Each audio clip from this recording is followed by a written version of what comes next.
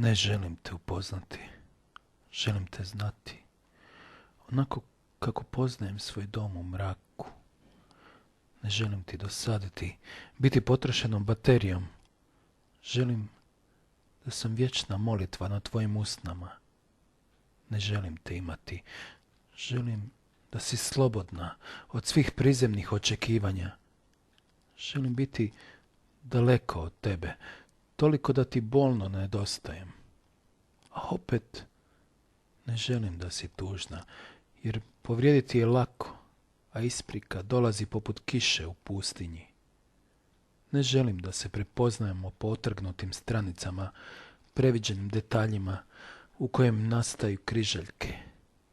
Ne želim te kraj sebe, želim te u sebi. Pa kad osjetim toplinu znaću, ti si spokoj, vrijedna spoznaja koja mi klizi niz lice.